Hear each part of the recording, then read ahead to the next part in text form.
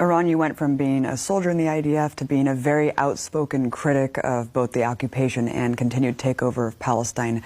What made you go through such a profound transformation? I realized that my job is actually to maintain an apartheid system.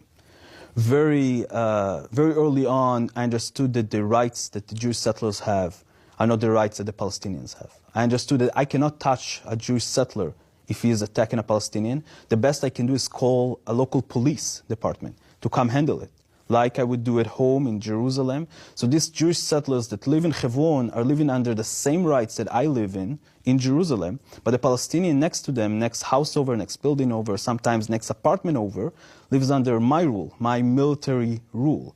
And I can do whatever I want with him. I can take his home as a temporary base for a few hours to a few days to a few weeks. I can decide that I'm arresting the people of the house and tying them up to the fence of my base.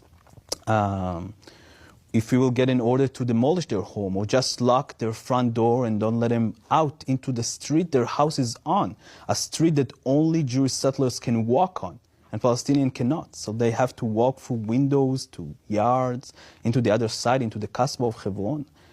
I think realizing all of that in a very, very early stage in my service helped me understood that someone was lying to me along the way. I didn't feel like I'm protecting anyone. I didn't feel like I'm helping anyone feeling more safe. I felt like I'm terrorizing people. I felt like for the first time in my life, the boundaries between good and bad that I learned as a kid, and obviously I learned that I'm on the good side, was broken.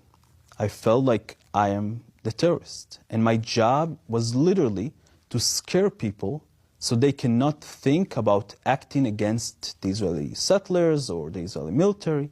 That was actually our defined mission, to make sure that to instill fear in the hearts of Palestinians in Hebron. And that's exactly what we did.